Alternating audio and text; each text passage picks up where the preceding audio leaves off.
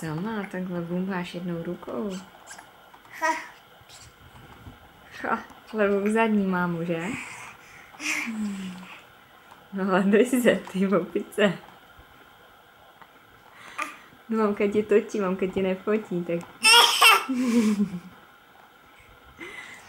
Nabumbej se, Eli, sama.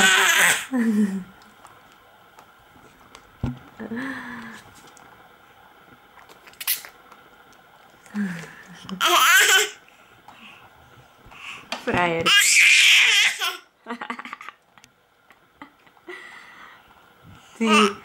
Ty frajerko, už ti nebolí zoubky?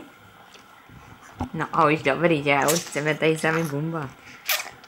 No jo, my už jsme velcí. Nám už je 9 měsíců, že?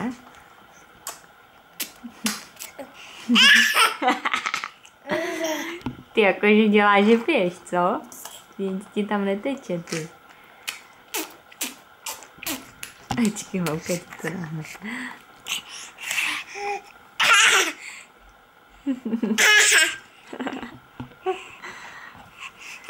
Tak popřeji všem šťastný a veselý. Eli, popřeji šťastný a veselý. Děj pápá všem.